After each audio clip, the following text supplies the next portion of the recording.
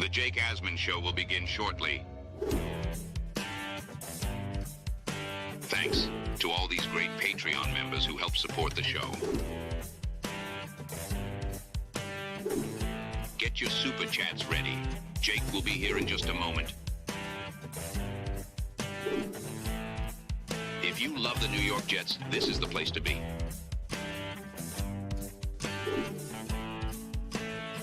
And now, the Jake Asman Show. Another day of interviews for the New York Jets. We'll talk about the latest with the GM and coach search. Plus, the Jets are headed back to London for the second year in a row. The latest on the London Jets. That and more when Fireman Ed joins our show in his weekly spot. It's the Jake Asman Show. Let's hit it and get it started. Man.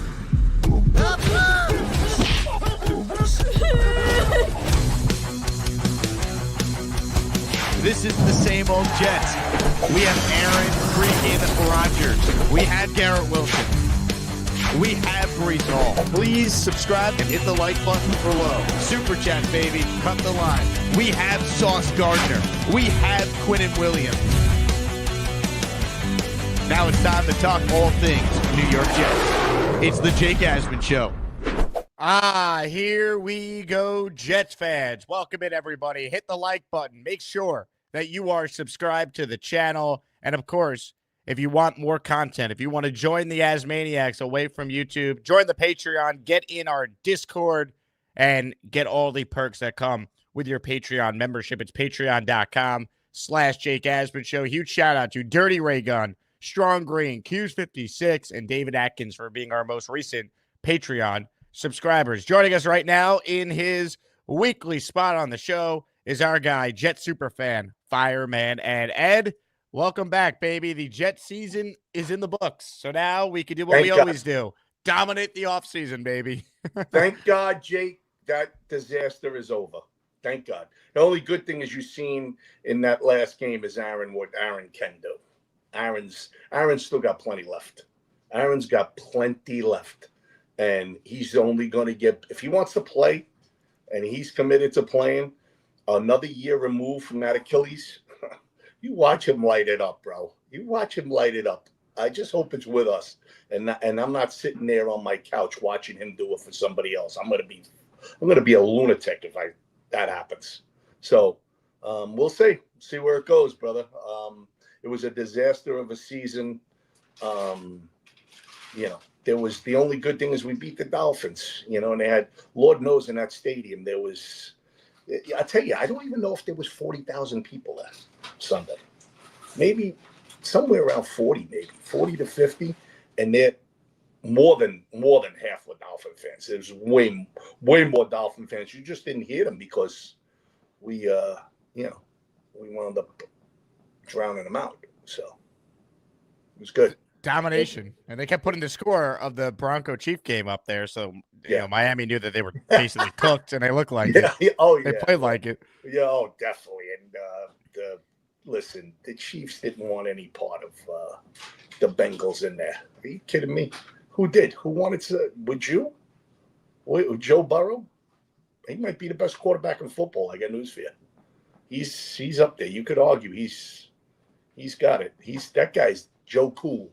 That's Joe Cool. I tell you, I love the guy. Like, he is ridiculous. So, see what happens. At an all-time year, yet his defense was so bad. That's why he'll be watching the games like we will, starting tomorrow, Wild Card Weekend. Now, we'll get to the latest with the search for the GM and the head coach, but it was announced this morning the Jets are one of 3 teams already confirmed to be playing a game in London next season. The Jets, of course, are an AFC team, so there's 9 home games for the AFC next year. So one of the 9 home games will not be at MetLife. It will be at Tottenham Hotspur Stadium, where the Jets played the Vikings this past year. And I'm happy for everyone across the pond because I was out there. We did a huge show event the night before the game, and I was blown away by the amount of Jet fans that live in the UK, live all over Europe, that made the trip. So I'm happy for them. But I know a lot of season ticket holders aren't thrilled with losing a home game internationally. But this is the first time the Jets will go to London and be the home opponent, or be the home team, I should say, meaning the Jet end zones and the field will be with the Jet logo, and they'll lose a game. What was your reaction to the London announcement this morning, Ed? Well, Woody's got to be happy because he's not getting the UK ambassador job, so he can get to London by and have a home game there. So he's happy. I'm happy for the people in Europe altogether, because Germany and all of them, it's easier for them all to get there. You know, we got a lot of we got some fan base all over the world, but particularly in England, Ireland, Scotland, Germany. Man, we got a lot of fans. Tons. So yeah, I was blown away. I'm happy. I'm happy for them that they're going to have an opportunity to actually have a home game, which will be great for them. You know what I mean? So yeah, I'm happy. But I mean, we don't want to lose a home game at home. So, but it's twofold. So you're happy for people, and then I feel bad for the Jet fans that are here. That can't make the trip to London. Yeah. I mean, that's an expensive trip. At least if you're going to lose a home game, it's a year in which you already had an extra home game. So yes. Now it's just a normal 8 you're going to get, like what you as a season ticket holder, Ed, had this year. Yes. No harm, no foul. I'm good with that. Because of the 17 game schedule now, you got, every other year you got 9 home games. So I understand it, and it's got to, they rotate it a whole bit. So I get what they're doing, and it, listen, like I said, the fans over there, and they're passionate. They love the Jets. So, I love them. I love those. I love all my fans from Europe. Love them, that they're green and white. Let's go. 100%. Shout out to Gangrene UK, Green Smoke, all these supporter clubs out there that do an amazing job promoting the Jets, including this guy, Phil M. Phil M is a big part of Gangrene UK and Green Smoke. He goes, I hope the London game's against the Cowboys. We don't know the opponent yet. The opponent will be announced when the rest of the schedule comes out. In theory, they actually could play 2 international games in London because they play the Jaguars in Jacksonville again next year, but I doubt they'd play 2. But we'll see. It could be against the Cowboys. That is a possibility, but we'll find out. Yeah, we'll see. See what happens. Dan wants to know, would Fireman Ed want the Jags London game too? So would you want 2 London games, Ed? The Jags London game? I'm not against it. The Jaguars, that's their second home. Yep. Hey, man, that's their second home. So, hey, listen, for the fans over there, it's exciting for them. So, I can't I can't say that I wouldn't want that for the fans. So yeah, it's good. It's a good thing for them. So I'm excited for the fans over there. So whatever they decide to do, that's great with me. It's just like once again, it's twofold because you got fans here that can't get there. Yep. So stuff. We'll have info about meetups and everything for that London game when we get a lot closer. So if you're interested in going, stay tuned here and I'll relay everything I'm hearing from all these supporter groups that do an amazing job supporting the Jets across the pond. Now, as far as the search for a GM and coach, give us your thoughts, Ed, on the process here. Your thoughts on some of the candidates, your thoughts on the process, how it's playing out thus far. The Jets have put in a bazillion requests to talk to so many different GMs and coaches. There's more interviews today, which I have no issue with. But your thoughts on the process so far? No, I don't think it's a bad thing. I mean, the more the merrier. Get some input from all these different guys that know a hell of a lot more than we do about football. So their knowledge, I don't think you could ever go wrong by interviewing as many candidates as possible, and then you decipher between what you're going to do the second time around. As far as the search, you know what? You know how I feel. Like Vrabel, I wanted Vrabel and Gruden were my 2 guys. Vrabel came in, they basically used the Jets to, make New England fire Mayo, I believe. That'll all come out in time. So we'll see if that's the case. We'll see if it really is the case. That's a whole sham up there anyway. That's a disgrace what they did. New England, what they did in that process, because they haven't had to do it in over 25 years. I mean, when was the last time they searched for a coach? And, the Rooney Rule, they're making the Rooney Rule a mockery of the Rooney Rule, as far as I'm concerned. And I think, as far as I'm concerned, like Aaron Glenn decided he wasn't interviewing up there last night. I got that late last night when I was watching the Notre Dame game. Great game, by the way. Penn State, Notre Dame. Go Irish. Anyway, the green, baby.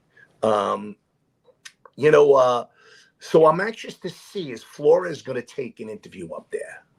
I'm anxious to see if the African American candidates are going to take after they seen what they did with Pep Hamilton and Byron Leftwich, who they came out of the woodwork. Those are the first two guys. Like, that doesn't make you evident, like you say, whoa, what happened here? I mean, I know Albert Breer went off. Albert Breer, I give him a lot of credit. He went off on the Patriots. I don't know if you've seen it, Jake. I did. I retweated it. Okay. It was well said. I was surprised he said it, but I give him a lot of credit. Yeah, because they take the company line. They don't want to, cause any problems. They have relationships with a lot of these guys, and Kraft is a very powerful guy. So these guys are limited sometimes, which I love. That if you're a writer, say it like it is. So I was good with that, and that is a sham. It's a sham. So we'll come to find out. We'll see. He may get outbid by the Raiders over there. And like we talked about off air, Woody should go big money for Vrabel. Yeah, $20 million. What do you have to lose? $20 million. Blow him out of the water. Blow him out of the water. And if anything, Ed, by making that offer, even if he doesn't take it, you make Robert Kraft have to pony up and pay more after he's paying Gerard Mayo and his staff to fire him after a year. So if the Jet organization is listening, because I know you are, you're listening. So Woody, the family, $20 million. Get Vrabel in here. We'd be seeing something at that point. Now we're serious. Now we're really serious, because you're not giving Gruden a shot. You're railroading it. The NFL's railroading him out. That's so evident. The fact that he can't even get an interview is ridiculous. Get an interview? I mean, are you kidding me? What a joke. Like, nobody gets second chances in life? It's bullshit. Okay, John Gruden should be getting a sniff from somebody. Okay, one of these jobs. That is such bullshit. All right? And Woody, you should be interviewing Gruden. Okay? Because we should have Vrabel or Gruden here.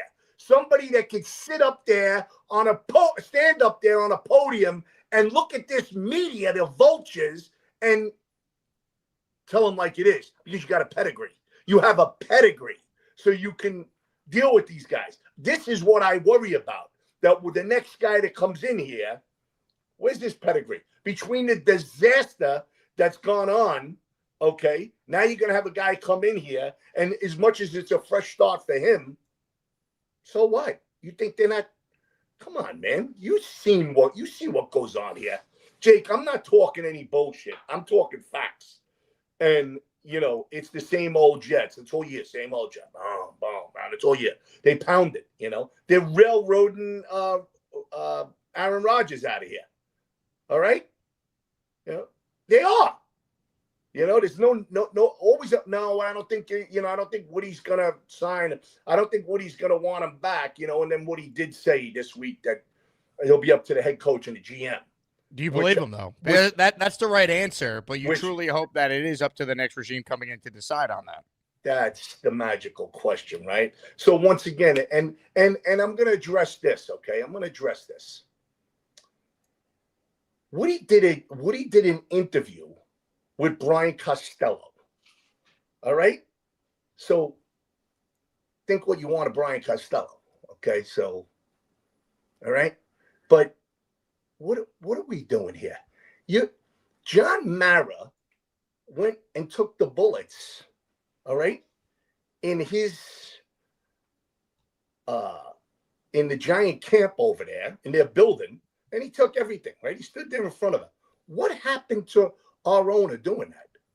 Don't he owe that to the fan base? Let me give you devil's advocate on that. Every time he speaks, it seemingly makes the problem worse. When he gives you the thinking is overrated comment, then step away. I don't know step away. But I don't know what he could say that would make you as a diehard and all the diehards out there feel any better. To me, it's actions are going to speak louder than words. Get the GM and coach hire right, and we'll go from there. Like, he answered the questions you wanted him to answer to Costello in that one-on-one. I don't know what more he could have said that would change the perception. They got to win. That's the only way this turns around. That's obvious. They got to win. That's obvious. But listen, this was a unusual season. In fact, an unusual season for him for 25 years. right? So now I would say it was a nightmare season. you fire the head coach. You fire the GM. You have accusations that are through the roof with 3 different articles and one saying that they investigated for 6 months and 3 different reporters. Okay? So we can do whatever we want. We've been down this road. All right, it's Joe Douglas, it's this guy, it's that, it's this. The bottom line is you need to answer. Listen, we're paying for the season tickets. We're paying ahead of time for the season tickets for the following year before the year's over. All right, we went through this. I don't understand. You don't go up and talk on a podium to the fan base? I don't get it. What are we doing? I don't agree with that.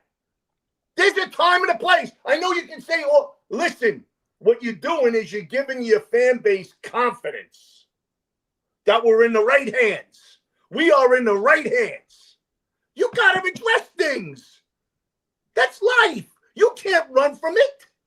What are you talking about? Well, I did an article. You did a soft article with Brian Costello. Come on. What with that? No way. What did you want him to say that he didn't already say though? I want him to address everything that was accused of him. I want him to say what happened with Salah, what happened with Douglas. We had a championship team there. Well, we at least had a playoff team. Not a championship team. Not when you looked at that defense after we started getting some games in and we realized. But, they went south. I mean, come on. They didn't go south. Our team didn't go south when Salah went down. When Salah got fired, that defense went. I mean, Sauce Gardner said it at the end, basically said it at the end of the season that he was mentally not there. That's all part of being in that organization and knowing the ins and outs and what's going on in that whole locker room and that whole organization. If I do this, what's going to happen this, right? This is why I don't feel like we're in good hands. This is why. Yeah, look, I get it, Ed. I understand. I just don't think him speaking would have done anything good. I think it would have made it worse. He answered everything you wanted him to address. The stuff about his son, the Madden ratings. The only thing in the article that I thought was crazy was, he basically showed no remorse whatsoever for firing Salah in season. Like, he basically acted like it was still the right move to do that. And it's like, come on, man. Like, I understand Salah wasn't a great coach, but clearly that expedited the collapse of the year. That'd be the one thing I'd say. You got to be kidding me. I just put the link in the live chat for those watching of Woody's interview with Costello, for those who want to see it. And every time the guy talks, he embarrasses the franchise.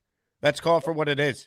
He's not a good public speaker. But he never did. He did. It's only recent, when he made a statement like thinking is overrated. Thinking is overrated. Like, we're going to get stuff like that, and it's going to be played on a loop. The only way to change this is you got to hope that the people around him can help guide him to hire a good GM and coach, because every time he speaks, it makes the situation worse. You don't gain any confidence from hearing Woody Johnson speak. It's just like, even his one comment he made to the beat reporters after the game, where he quickly was talking about how it was nice to win the last one, and the TV networks thought we were going to be good because we had primetime games. He didn't come across good in that. I just think it'd be way more negative than positive if he did a press conference after the year. You got to understand something, Jake, though. All right, we can agree to disagree when it comes to, him addressing it. But there's 2 owners. There's not one. There's 2. Chris talks pretty well. Chris should speak. And that's why I was hoping Woody would be going back to the UK with Trump, because Chris would be the owner, yeah. What I'm going to get to is that Chris Johnson should, if you realize that maybe Woody is, like you just said, maybe he's a little over his head as far as, talking. He's not a great public speaker. He's not a great public speaker, which I never felt that way in the past. But Chris is. And Chris loves this team. Listen, I can be negative with this ownership, but I'm going to just tell you something. They're good guys and they want to win. I will say that again. I say it all the time. I know they do. They're not their backing is not there. They're just not. They're listening to the wrong people, the Bobs. They're listening to the Bobs, okay? And, listen, Chris could speak no problem. He's very elegant. He's polished. He's been there now. You know, when he first came, because of Woody going as the ambassador to England, okay, he was, put into the spotlight. But he understands it. He's sitting back there now. Yeah, I think Chris would be just fine. Okay, so I just think that the fan base, and I'm going to tell you something. You talk to the fan base. You talk to them all the time. You tell me the fan base isn't thinking like I am. Oh, bullshit. They are, because all the guys I know and all the ladies I know, they're thinking that way. Why wouldn't he address this season in general? Just the season in general. We were picked to go to the Super Bowl win the Super Bowl by Adam Shine. I go on and on. There was a bunch of guys that thought the Jets were going to win a world championship. Okay? At least go for Connor Hughes, championship game. All right? We can go on and on. There was plenty of guys that said we were going to have a good season. And you don't just go and have an article and then go down to Palm Beach. You don't do it. That's not the way. This is why our organization is looked at in a certain way. All right? Be a winner. You got to do things like a winner. Do things like a winner. Address it. When there's adversity, step up and address it. That's what, listen, that's how you live in life. All right? Everything. Just remember one thing, Jake, and this is just factual. When everything is going so great, everything's going wonderful, you got everybody around. Everybody's there. Everybody's, man, it's great. It's a party. Oh, we're all fun. Soon as the shit hits the fan, that's who you see who's really who you want around with you, okay? That's the people you want around with you. My boys from the New York City Fire Department, I love them to this day because I know they were always with me, and I was always with them. Because it was adversity, okay? Adversity. You find out all about yourself, okay? And when Ed, you mess, a couple things on what you're saying, right? If they hire the right people, what does it matter if Woody Johnson speaks? The Knicks have turned things around. James Dolan has not once ever spoke to the media. Leon Rose, who's the GM of the team, never speaks, has not done a single press conference since he's been hired. Dolan says F you to the media in this town. And do you think any Knicks fans care right now? No, because the team's winning. They're a championship contender. So Woody's an awful public speaker. Not bad, terrible. I just don't think him coming out and saying anything is a positive. What I like about Woody has done, to credit him, is he recognizes he doesn't know football. So he's bringing in Rick Spielman and Mike Tannenbaum, who knows the market. He has those guys in the interviews with him, helping him, right? Like, that's all I could judge it by. Him coming out and giving a press conference, it does nothing for me. He's going to be mocked and made fun of. That press conference you referenced, John Mara looked like a dunce when he comes out and says, I have no idea why these guys are basically employed. I can't say I have a whole lot of confidence in them. I just know I'm out of patience. They need to do better. And then they asked him, well, what gives you any confidence they will do better? And he said he didn't know. Like, the Giant fans felt worse after that, not better. So I just don't think there's any benefit to Woody doing a press conference with the media that you yourself despise anyway and are going to be looking to ask gotcha questions to the guy who's not a good public speaker to begin with. But here's the difference. If you never did it in the past, then I'm okay with it. Like you just said, Dolan doesn't talk. I understand that, Jake, but he talks all the time. He always talked. Always. Not well. No, but this year was odd. Like, I thought, listen, I got my thoughts with, I'm not going to get into that. So, but that's my concern. That's why I don't want the guy talking. I don't think it does any good for the Jets. Let his brother talk then. Anyway, all right. We but that'd be out of character then if his brother talks. Just his brother is not the actual owner unless Woody went back to the UK or a different ambassador position. This in itself is the situation we're in, right? I mean, now we're going to get into the nitty gritty. Now, where's the confidence level? Now that we've just addressed that, where's the confidence level? Well, the confidence level. What's the confidence level in? Now we're always hoping, because we're fans. We want the best. This is why we're talking. We want the best for the team. But Ed, if Woody spoke, you'd have more confidence in him. Like, I don't even get. Listen, I just think that there's a way to do things in life when adversity comes your way, step up and meet it. And if you F up, okay, it's okay because you own up. And people look at you different. When you say that the sun was in your eyes and a rock was in the way when you missed the ball, nobody wants to deal with you, okay? Or when you don't address it and say, wasn't my fault. Wasn't my fault. No, when you say what you did and you own up to it, then we're good. Because that gives people, okay, well, it's personality, you know, and he understands it. So that's all I'm saying. But you really think Jet fans are going to get? get? But you think Jet fans would give Woody Johnson the benefit of the doubt if he spoke and said I screwed up? They're going to say he's the worst owner ever. No one. I do think that. I feel that way. I think that the knowledgeable Jet fan would say, all right, you know, he's on the right track. He's trying to make a difference. Okay, but when you don't say it, what happens? And I'm just telling you because I've had these conversations consistently this week. Okay, with all different buddies of mine that have been going back for years, and even the young ones, okay? And when you don't address something, it makes you look worse. I would agree with you if he never addressed it anywhere. But Brian Costello asked him all those questions. Like, you read the article. You already referenced one of the things he said, that the decision on Aaron Rodgers is going to be made by the next regime. I liked hearing that. That, to me, is all that matters now.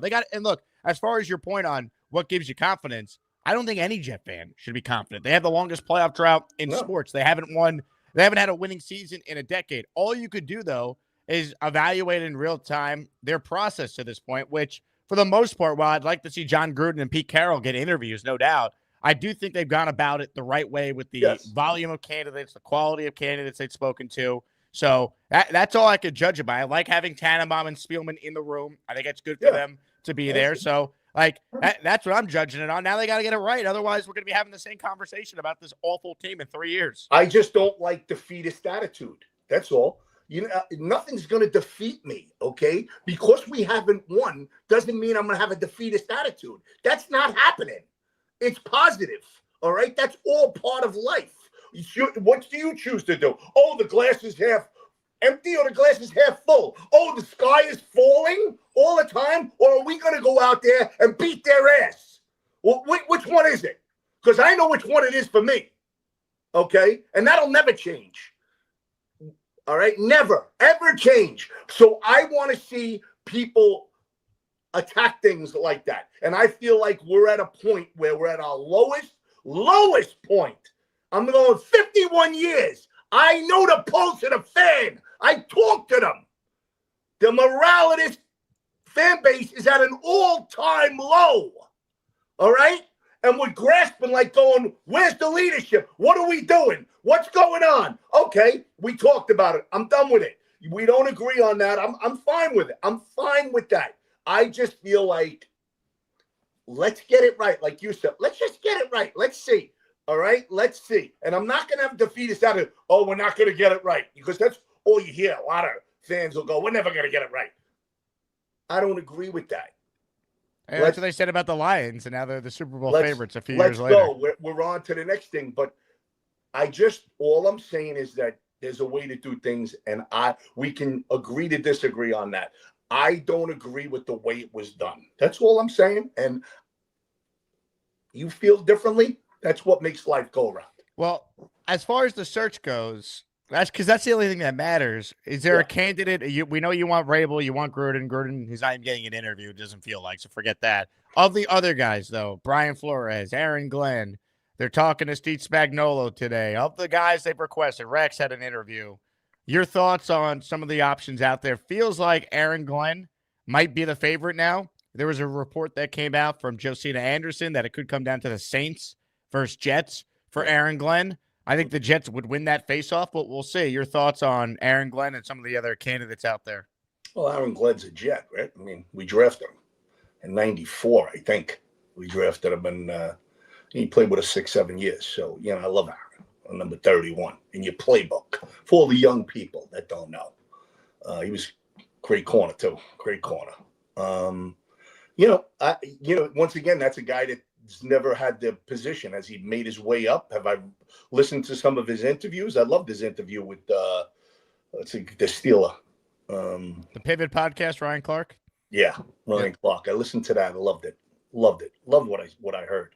But once again, I told you that the pedigree coming into that room is big. So that's why I wanted somebody that is proven. So yeah, I wanted, like, to me, I would have what's his face who just Peterson, Dougie Peterson. I'd have him in here. Dougie Peterson's a winner.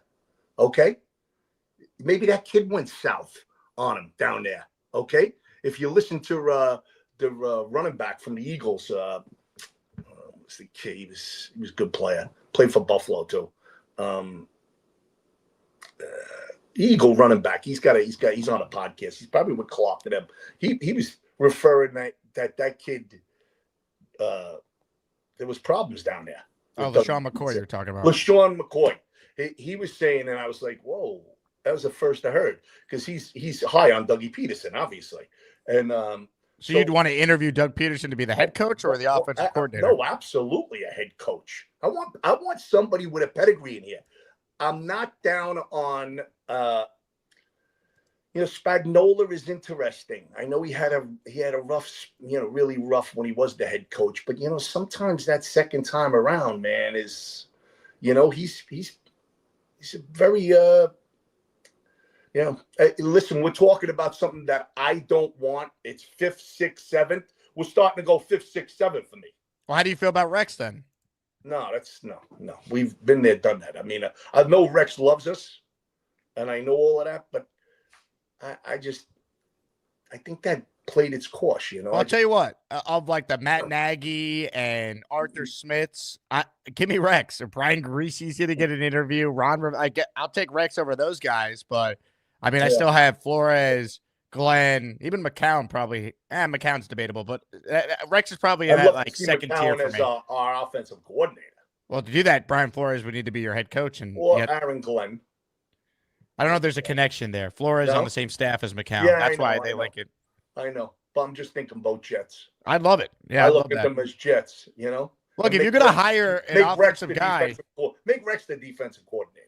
See, that's the thing. I would love that. And Rex being a defensive coordinator. Would he do it though? I don't think his ego would allow him to do the Jets. He wouldn't do it. No, he would never do it. And then the guy that's the head coach is be looking over his shoulder because Rex wants to be the coach. Right. So he can never do that. So we're down to, this is why I'm saying when I talk, of course I'm wishing the best, but the candidates that I want are not being either interviewed or we're not going to get them.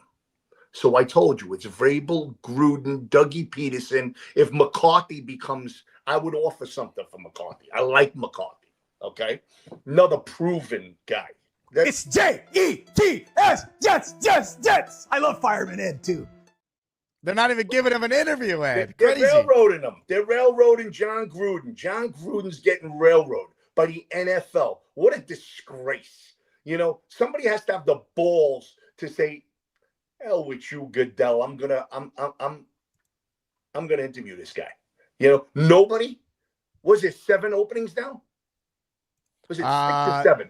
I think we're at 6, I believe. 6. And it could be 7 if Dallas opens, though. Yeah, I know, but 6 openings. You're telling me? I know the Raiders figure it's really 5, so it's 5 openings. Nothing, not a sniff. All these guys that are getting interviewed.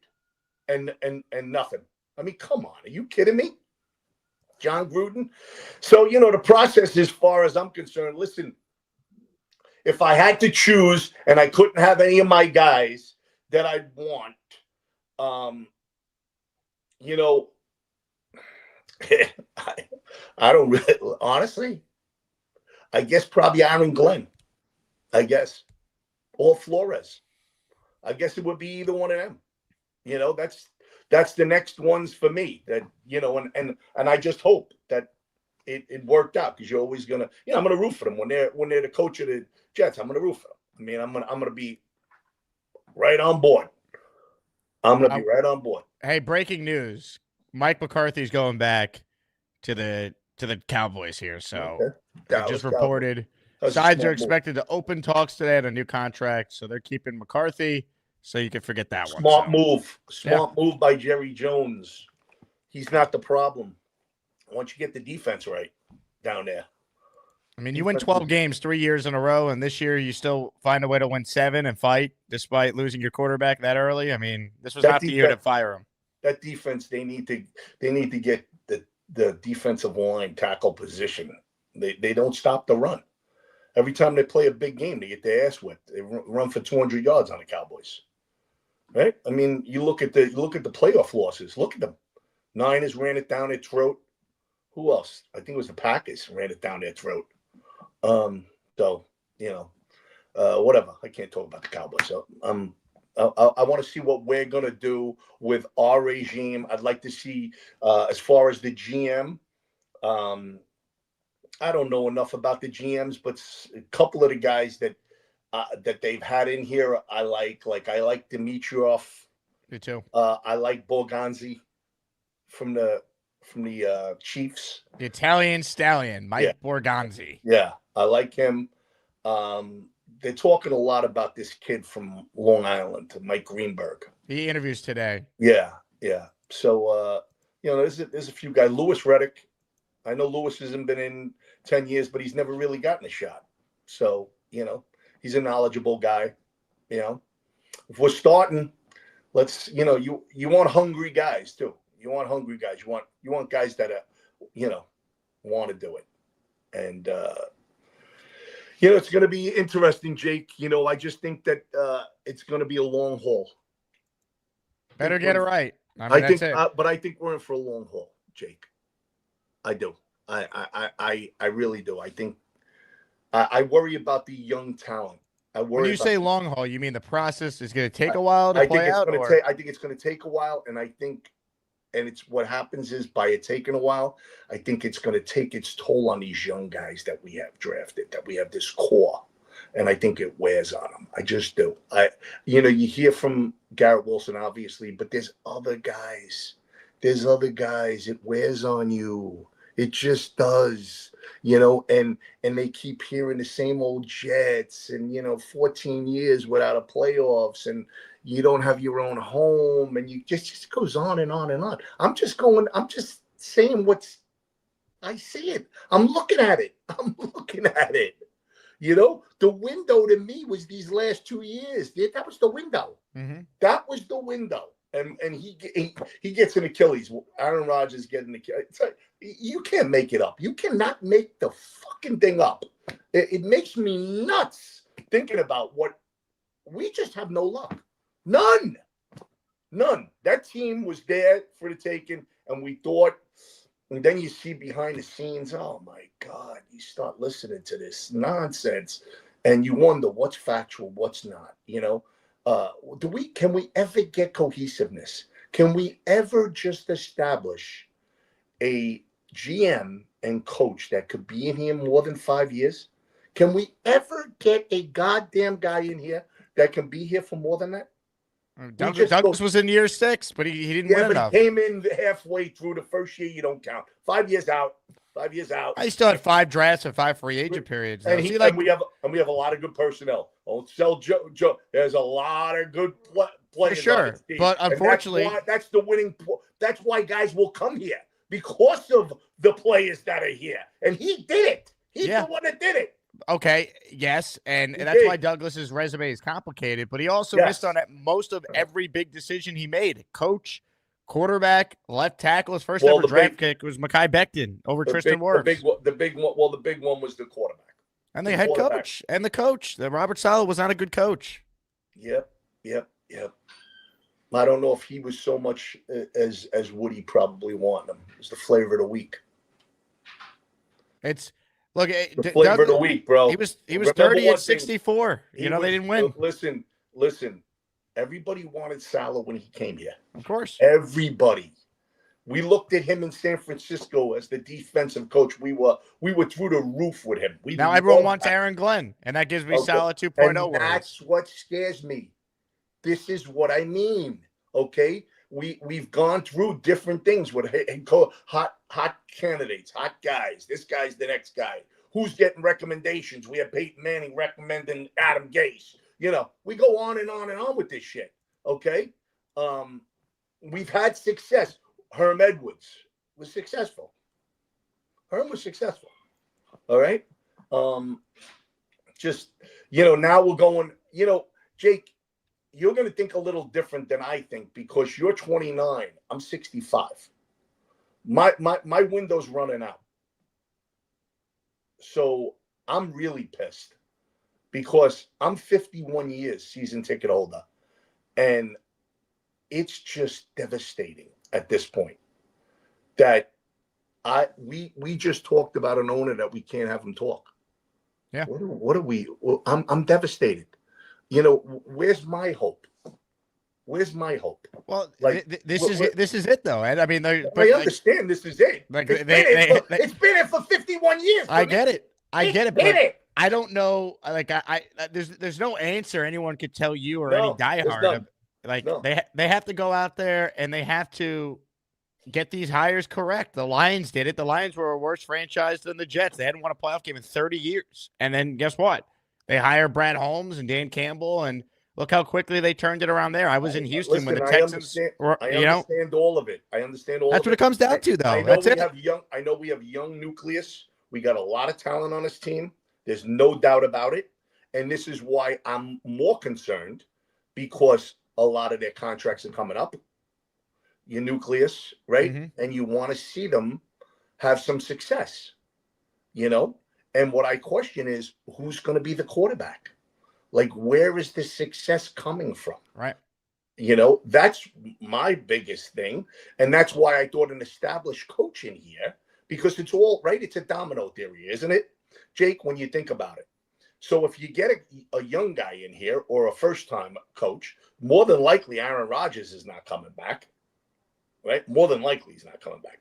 When you have an established guy like, say, Vrabel or Gruden or Dougie Peterson, right, or McCarthy, the chances of Aaron Rodgers coming back are pretty good because they'd like to stabilize the franchise, draft the quarterback. You got Jordan Travis. Now you got two young bucks. You still got Tyrod Taylor, right? You got a nice quarterback room going. And you have all this young blood, right? Offensive line, basically young guys, right? I mean, John Simpson's 27 years old, okay? Journeyman, 27 years old. I mean, come on. So, there's a lot to be. This is why my mentality of my mind is like, you want to get it right. I agree with you. Let's get it right. But I'm looking at and I'm going, well, we're losing a lot of the candidates that I was hoping we were going to get. Vrabel, I think you had a great idea and a great thought process. Well, Woody's never afraid to spend money. Let's get that straight. I say it all the time. Give him $20 million. Blow him out of the woodwork. Not only that, you're taking him away from the Patriots. Like, whatever and if he goes, then you make him take $20 million with what's his face, Kraft, right? I would blow him away. You're at the point where you could, and now you could absolutely see Vrabel and Rodgers together, 1,000,000%. I could. I also could see potentially like Rex and Rodgers or Flores and Rodgers, but we'll see. Rex is murdering Rodgers. Rex is saying what he thinks Woody wants to hear. A month ago on the same radio station that I work for, ESPN New York, he said he'd bring Rodgers back as long as Rodgers would be willing to learn a new offensive scheme. His son is on the Lions staff, so I'm sure he watches what Ben Johnson's offense looks like and realizes that's where the modern NFL is. Now, could Rex hire someone that could run that offense? I have no idea. His answer the other day when asked about his staff, I thought was terrible, but we'll see, Ed. I mean, man, that's a whatever. That's it. Listen, we're hoping and praying, but I don't like what I'm seeing. That's all I can tell you. I don't like what I'm seeing. I want to be wrong. I hope I'm wrong. I pray I'm wrong. I hope the guy that comes in here with the GM, I hope they have such success. And I'm going to be like, oh, thrilled. We finally going to make the playoffs. We're going to get a home game. We're going to enjoy ourselves. The fan base is going to be thrilled. Lord knows the fan base deserves it. This fan base deserves everything and more. Okay? We're going on. Now it's going to be 15 years. For 14 years now. Yep. Holy shit. Holy shit. And no home playoff game in 22. Unreal. No Unreal. winning season, and it's going to be 10 next year if they don't do it. 10 years. So, I'm just frustrated. This is an unusual Fireman Ed. Fireman Ed is so aggravated at what's gone on. And, our expectations, this was going to be the season. We were going to, I did. I'll tell you what, I go away a little bit in the winter. I made sure I didn't make any plans because February 9th, I was thinking I was going to be in New Orleans. Okay. Thought I was going to be there. You're going to be on Bourbon Street. On Bourbon Street. Drinking some Fireman Ed lager while we're there. Hell yeah. Hell yeah. QR code. Scan it, people. Support. Scan that Monet. QR code. Help out Johnny Monet. Help out Johnny Monet. He's a good man. We talk about it. Find it in your heart. $10. Whatever you can afford. The man is struggling. He's trying his best to walk. All right? I just talked to him this week. He's a good man. He's the best. I love John and his family. They're just wonderful, wonderful people. And he loves our Jets. He's just going crazy, hoping for the best for the Jets. Even with his struggles going on, he's still out there loving the New York football Jets from Norfolk, Virginia. I just got the little tidbit last night. His father told me that the kid Warren, the tight end from Penn State, his father coached him in over in Virginia. Could be a Jet. Could be a Jet. And I said I would sign up for that guy. I like him. Like him a lot. He's talk about versatile. 6'5". That's a monster. Throwing the ball, does it all. Does a little bit everything. And you see him put his head down. Bang. Love Yeah, that. see what happens, brother. Anyway, all the best, guys. Cheers, Ed. You're the best. I'll tell you what. Let's just hope and pray. That's all we got, Ed. I appreciate you hopping on. Well, listen, we love him, Jake. I appreciate it. I had a great time this year with you. It was awesome. Listen, we'll see where it goes. I'm hoping for the best. That's all I can do. I'm hoping for the best. And I feel for the fan base. I do. I feel for the fan base. Amen. So we'll see where it goes. Hopefully come September, we're all excited again. We'll get you on again when they hire the coach to get your thoughts on it. All right. Yeah, no problem. Anytime. You give me a buzz, I'm coming on for you, bro. Love it. Love it. Ed, all the love, man. Appreciate you coming on all season. This was great. Go Jets. The great Fireman Ed in his weekly spot for the last time for the 2024 season on the show. Next time we hear from Ed, we will find out who the Jets hire as their next head coach. We're presented today by SeatGeek. Promo code Jake Asman will save you $20 off your first SeatGeek purchase. I'm going to the Knicks game later. They're playing the Thunder. Got to get revenge for what happened last week. Use promo code Jake Asman if you want to go to tonight's game at MSG, and you'll save $20 off your first SeatGeek order. It's not just Knicks. It's every sport. You name it, they have tickets for it, plus concerts, comedy shows, Broadway shows. It is all there. SeatGeek basically has every event ever. They're the best. They're going to basically allow you to see all the options, and they'll give you a score on your tickets if it's a good deal or a bad deal. Look for the green dots. Green means good. Red means bad when you're trying to evaluate, are you getting a good deal on your tickets? SeatGeek, promo code Jake Asman, and I'll save you $20 with your first SeatGeek order on anything. Not just Jets. There is no more Jets, thank God. But any sport, you name it, concert, comedy show, Broadway show, check it out. SeatGeek, shout out to them for sponsoring today's show. Comments, questions, super chats. We'll cut the line. We have a big-time prize that is on the line if you gift a channel membership. It's the Asmaniac membership raffle. For every membership gifted, you receive one ticket entered in the raffle to win epic prizes. There it is on the screen, the full-sized helmet. You win it if your name is called next week for our raffle. Get the membership to be entered. Become a member if you want to be entered. Send in a $20 super chat for 5 entries with your name on it. Comments, questions, super chats. We'll cut the line. Let's see what you guys are thinking. Ricky NY super chats us. Don't let fear control you. Glenn is the guy. I like Aaron Glenn, Ricky. I think he's going to end up being the coach, but you know my thoughts. I want someone with previous coaching experience. My number one guy is still Brian Flores, assuming Mike Vrabel is not coming here. Jeffrey, with a super chat. Other than the fake spike game horror I witnessed live, Aaron Glenn's our guy. Just keep Woody far away on some butterfly hunt in the U.S. Virgin Islands or somewhere during negotiations. Now, that is an idea, Jeffrey. You know, thinking is overrated. That is an idea. Tom writes in, the only way Woody will instill confidence if he hires good people and stays the hell out of the way going forward. Yeah, I mean, look, I understand Ed's point, but I just don't think Woody speaking would do any good. I think it only makes the situation worse. He's not a good public speaker. He'll get clowned by everyone every time he speaks. It just is what it is. There's nothing he could say that's going to make me as a diehard feel better about this year. Jet Carpetbagger in the raffle for 5. Carpetbagger, I appreciate it. Dylan writes in, Jake, do you think the Jets request Cohen after their meeting with Greenberg? I hope so. I don't know why they haven't requested Liam Cohen. Maybe they know he wouldn't take the job. I don't know.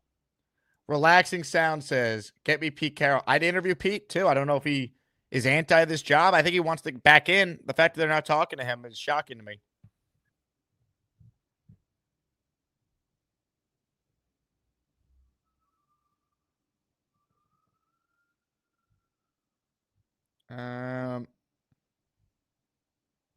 Let's see.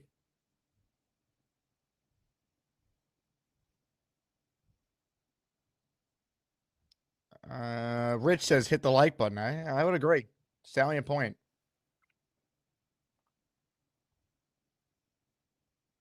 Rick Kent, Pete interviewing in Chicago. Yeah, I mean, the Bears are speaking to Carroll. Why can't the Jets? Vegas Jets, I expect a Cohen request after Greenberg gets an interview. I mean, I hope so. I mean, they spoke with Borgonzi and then immediately requested Spagnuolo the next day. Jeffrey wants to know if I read his super chat while he was taking a leak. Jeffrey, I absolutely did. I hope your stream was powerful. Tom Ace wants to know, what are Beastbreaker's thoughts on this lovely Friday? Oh, I don't know, Tom. I don't know if I can go to Beastbreaker. Some of the softies in the chat might not like it. Well, guess what? Guess what? Too bad. I'm pro Beast on this show. Holy crap, here comes Beastbreaker 666. Why don't you get your fat ass on a treadmill and go the distance with me? Is that Bobby Midnight? I'm not into politics, and I already told you that. I may be big, but I'm going to be bad enough to put you out. Beastbreaker always has some salient points. Unleash the Beast, baby. What's up, Beast? How are you? Yo, what's popping up in here? Pete Carroll? Are you Pete Carroll? Are you serious? He's a winner, Beast. He's a winner. He could hire a good staff. I would definitely interview him. Okay. Where do you want? Where do you put him? Where do you want to stick him? That's the good question. Head coach. I want him to be the head coach. That's where I'm sticking him. He's a leader. He's a leader, Beast. Give me his numbers. Give me all his numbers. Super Bowl champion. Look at his numbers in Seattle. The guy. I think his last 2 years, he had a winning record each of the last 2. All right. I think we got a combination here. Vrabel, Carroll, Rex, Aaron Glenn. 4-way combination of destruction. Do you imagine how that looks? You put 4 of the toughest men on that battlefield. We're going to make an example out of our boys, and here's the example of what we're going to do this time. We're going to get our heads out of our goddamn asses, and I like what Fireman Ed was saying. He made some long points on clear. We're not going to screw around this time. This time, we're going to get off our ass, learn the goddamn basics, get off our asses, and no more this, oh, I'm banged up. Bullshit. We're going to get ice for you boys, and we're going to get bandages, and we're going to tape you up. But if it's this bad, get your ass off the field and get your damn ass into the hospital. We're not going to have any more of these goddamn injuries, and no more goddamn penalties. I'm serious. Oh, and one more thing. Oh, there's a fake fan from Milwaukee who's trying to claim he was a Jet fan. His name is Bobby Beasley. He's a big faker. Oh, and to him, I got news for him. Right here. Get out of here, you fake clown. And back to business. If we can if you want to get Pete Carroll, let's try it. Let's try. Hey, Dave Brigger, you want to talk shit, you little monkey? How about you do this? Go give me my sausage, my eggs, my steak, and a good round of hash browns and make it crispy. And a goddamn double. Don't piss me off, you fucking moron. Whoa. Johnny boy. On behalf Johnny. of the Jake Asman Show, we apologize for the foul language. We'll check in with Beast when he potentially calms down. Appreciate the call, Beast. Get the membership if you want in on the raffle. As always, it's 10 to send someone to the hole. That includes Beast Breaker, as I see the chat is divided. Once again, full-sized helmet. We'll do the raffle next week. Most expensive giveaway we've done, but the Asmaniacs deserve it. You just need a spot in the man cave to place a full-sized helmet. So be prepared for that accordingly. Ladies and gentlemen, let's get to more of your calls right now. Open phone lines if you want in on the conversation. Let's say hello to Kyle Clifton, who's next. Hey, Kyle. What's going on, Jake? What's up, man? How are you? Good. I've already spoken to my wife, Mrs. Clifton, about the London game this morning. I had the inkling that I would take the family there, and she put the kibosh on it rather quickly. Wow, I will say it is a fun experience, man. There's definitely a lot of things that are family oriented you could do. She looked at me with a giant fan sneer and said, "Waste of money." We'll see who they play, right? I mean, Yeah. We'll see who they play. It'll be interesting. I'm looking at some of the home games now. The ones that make sense from like kind of a national brand would be obviously Cowboys, Steelers, or a division game. So, we'll see. I think if the trip I do with my guys, it's going to end up being a college game because we need to take a year off after these last few years. It's been devastating. I feel you, man. I feel you. So I think one of the things that we're kind of missing with this job, yes, we might have to overpay. We might have to give an extra year on the contract to whoever we bring in, especially if we're bringing in people in tandem to kind of. I think that might be a reason why we're looking past like some of the older coaches like Belichick and Carroll too, because I think philosophically we're opposed to just having someone in here for 3 years and having to start over again. The part of the other appeal to this job is the reason that Aaron came here, the challenge of it all, right? Uplifting the New York Jets franchise. He said that in his press conference. He wanted to be the guy that lifted us out of the doldrums and hoisted the trophy and was in the Canyon of Heroes, the whole 9 yards, and what that would mean for his legacy. He's not the only guy who I think would feel that way. I don't know who that is. I don't know if Vrabel has that in him. Hopefully he does. I think we all think at this point New England might be a foregone conclusion. But I think the longer that it takes for that to happen, if he's still not the Patriots coach come Monday, I think it gets a little bit interesting. To me, I think the fact that what you said before, that they brought in and talked to Borgonzi, and the next thing they did was talk to Spagnuolo, bodes well for Borgonzi's candidacy. And I think that in Italian, that means no meddling from the owner, Borgonzi. So hopefully he'll be given free reign if he is the guy, or Brian Gain is the guy, or whoever these guys that we're looking at, Dimitrov, who I'm not as high on. I get that he's like the analytics guy and he had some success in Atlanta, but he's been out of the game a little bit now too, right? Oh, 2020, I think, was his last year. I mean, he's still connected to the game through that analytics company. He started working with teams. I like Dimitrov. I think he's a really smart guy.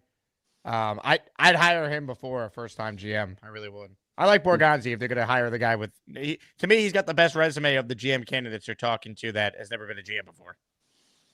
Very good. And to me, he's probably a guy that I easily link with my guy Nagy. I know the chat hates him. I know the fan base hates him for some reason, but I think he's a guy to watch. I appreciate your time, Jake. He just feels like Gase 2.0. That's why. The 2 4-letter names. It's a Pavlovian response, I think. Kyle, good call as always, man. Appreciate it. Yeah, look, I will acknowledge the Nagy resume when you look at it is definitely not bad, given the perception of who he is as a candidate. I think it's because we just saw a lot of him with the Bears. They played a lot of primetime games, and it always just felt like, well, he never had a great quarterback, just kind of like solid. He just also wasn't a great coach. Could he be better second time around? Sure. But I'm good. I'd rather McCown than Nagy if we're going to do the Nagy thing. You give me McCown. At least we're swinging on, hey, maybe we found the next Kevin O'Connell, McVay type. Jay writes in, coaching aside, Flores just bothers me. His speech and mannerisms just don't seem professional or leading. I disagree with that. I think Brian Flores offers a lot. I really do. I'll play you some Flores right now. He's my number one guy, assuming they can't get Vrabel. This to me is a guy that deserves another opportunity. A guy that was successful in Miami, given the expectation level, has coaching experience now to fall back on, has a year under Mike Tomlin, has now 2 years under Kevin O'Connell. I think Brian Flores deserves another shot. He's from Brooklyn, hates the Dolphins, hates the Giants. I think he can handle the media. You guys tell me. I like Brian Flores. Take a listen. This is from the other day, this week, being asked about all the coaching stuff that has come about, all the requests, his leadership. He covers a lot of what the Jets, I'm sure, are going to be asking him about in their interview with the guy. Yeah, I mean, I think it's, anytime you're mentioned in, these kind of head coaching conversations or receiving requests or, it's an honor, certainly that. Definitely don't take that lightly. And look, I look forward to, having those conversations, talking to people about my football journey, my leadership journey. But I also kind of pride myself in being able to compartmentalize. I can tell you this, I'm certainly locked in on the Rams and, all the things that they do. And Flo, will you take all the requests, take all the interviews that are requested, or will you kind of go request by request on that in terms of, obviously, the issue that was brought up in the lawsuit in terms of sham interviews and those sort of things? Like, will you take that into account on the front end, or will you take all the interviews? I plan on taking them all. Okay. I plan on, sitting down and having conversations with, any team that's interested in talking to me about that position. Like I said, I look forward to talking to people about, my football journey and, yeah, when that time comes, I'll do that. But again, I don't think I'm even allowed to talk to anyone until next week. So really, the focus is kind of the Rams. How do you think working with this year's group of guys that you're working with has helped you grow as a leader and maybe prepared you more for another head coaching job? I think this year's group is, I think this has been one of the most, rewarding, 2 years, I would say, for me. It's part of kind of this football journey that I'm on. It's been, it's a great group. It's a group that really came together quickly. They formed bonds quickly. We have a good time, but we also work very hard too. It's a great, it's a great staff. I'll tell you that right now. I think, unfortunately, a lot of people think that this is, all kind of my thoughts, but we have a great staff, whether it's Saravo, whether it's Durante, Pet, I've said this before, I think there's, future coordinators and head coaches in that defensive staff room for sure. But yeah, it's been as far as growth and, trying new things, because we've done some, different things and, defensively over the last 2 years. And, but more than anything, I think it's just, guys kind of coming together and really, fighting for one another, trusting one another, and then, meeting the right way, practicing the right way, walking through the right way, and then giving themselves a chance to perform at a high level on Sundays or Mondays like this week. As you meet with some of these teams, will you be looking for anything specifically in those conversations? I think there's always, in that setting, it's, is there a connection? Is the vibe? Is the energy? Something you're interested in. I think that goes both ways.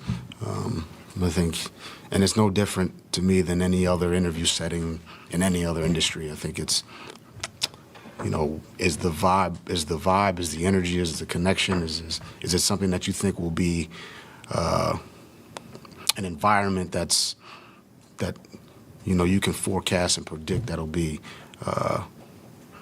a winning environment. I'm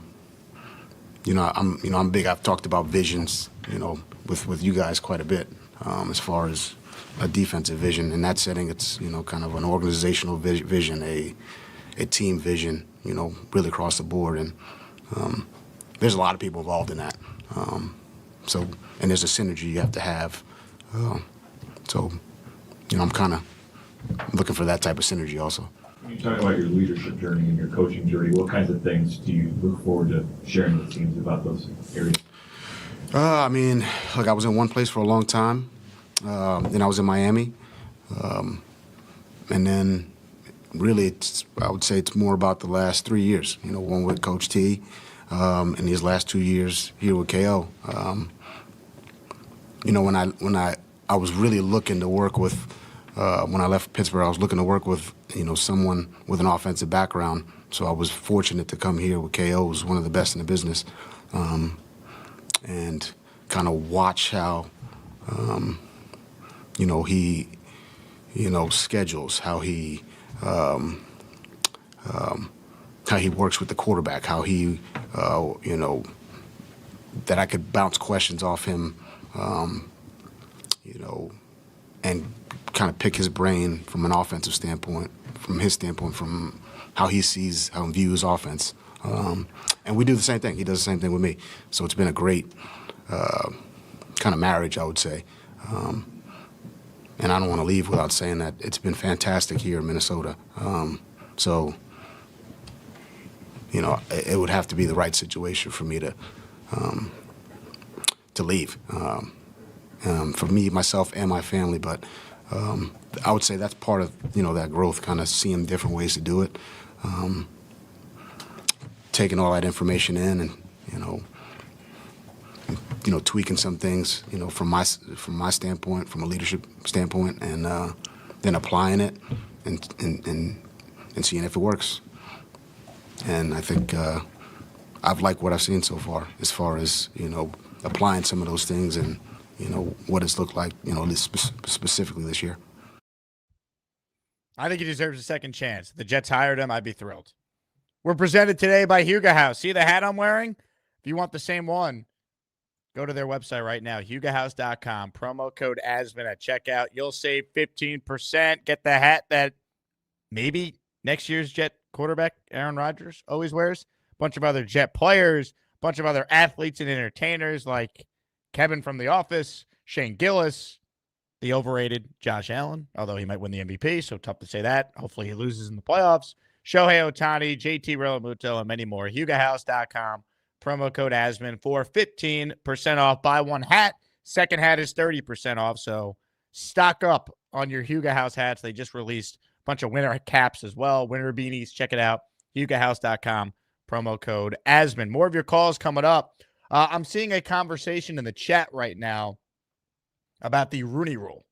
So the Jets are Rooney Rule compliant for general manager, not head coach. I believe the Jets will hire a GM first before coach. I think the Jets GM will be hired maybe as early as this time next week. The Jets yesterday interviewed Ray Farmer. That interview was in person.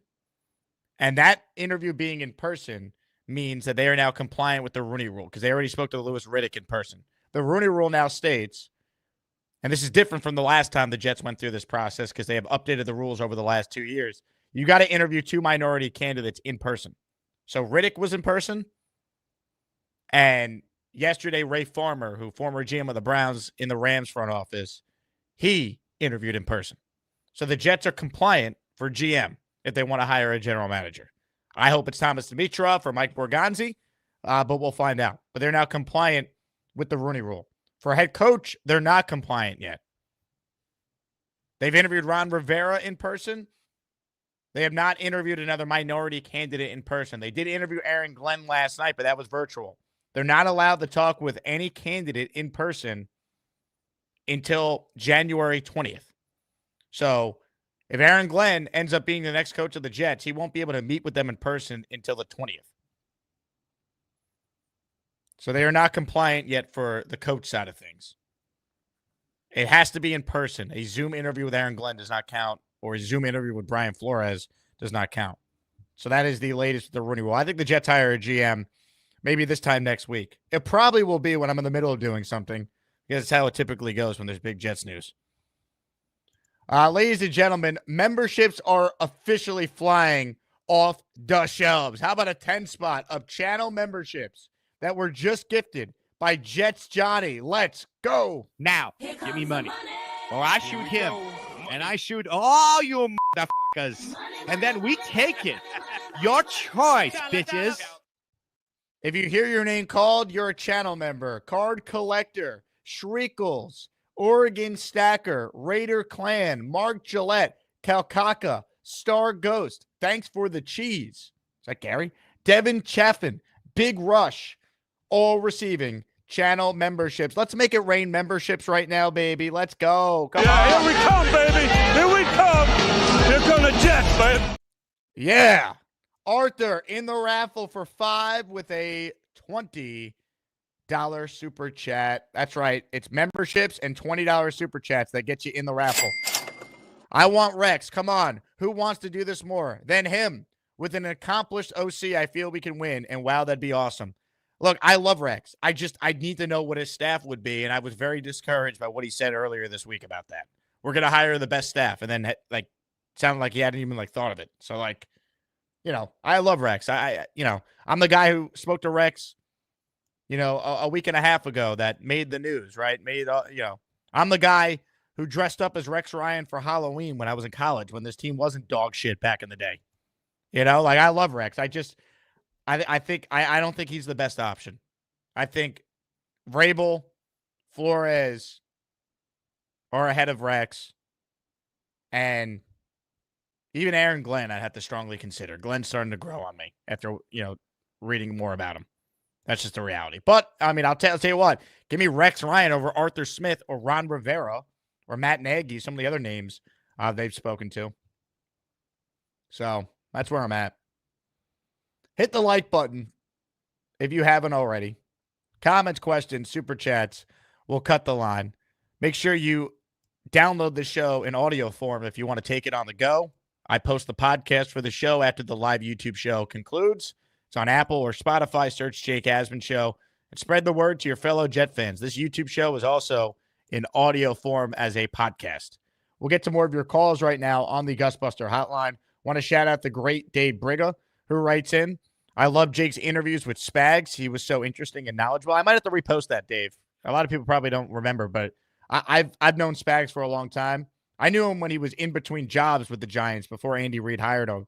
He came on my radio show when I was then doing a show at an internet station on Long Island at the Super Bowl, the Minneapolis Super Bowl between the Eagles and the Patriots. So I've stayed in touch with Spags over the years.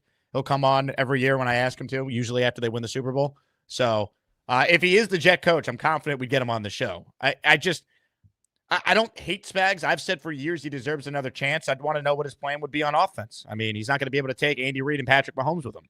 So that'd be my question with Spags. I do think he deserves another chance, though. And if he doesn't get another chance as a head coach, I think he's a Hall of Fame coordinator. Guy's got 4 rings as a DC.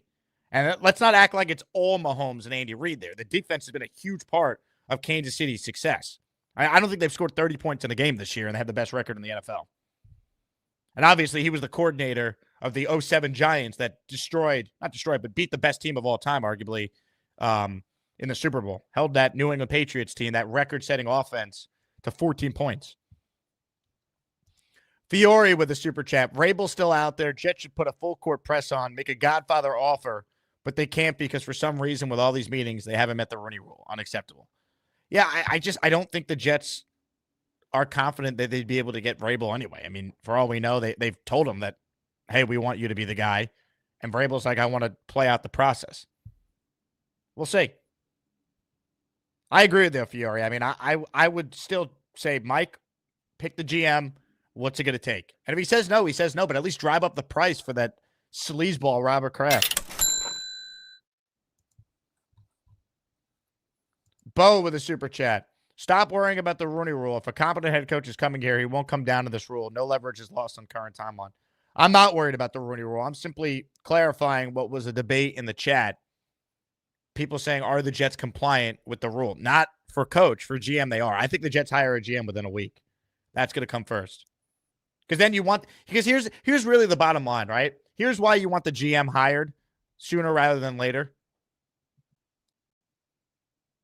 You want the GM hired because the Senior Bowl is February 1st. That whole week, right, the last week of January is when you start scouting college players at the Senior Bowl. I want the Jets to have a GM in place by then so we could start the pre-draft process. That's where it begins in Mobile.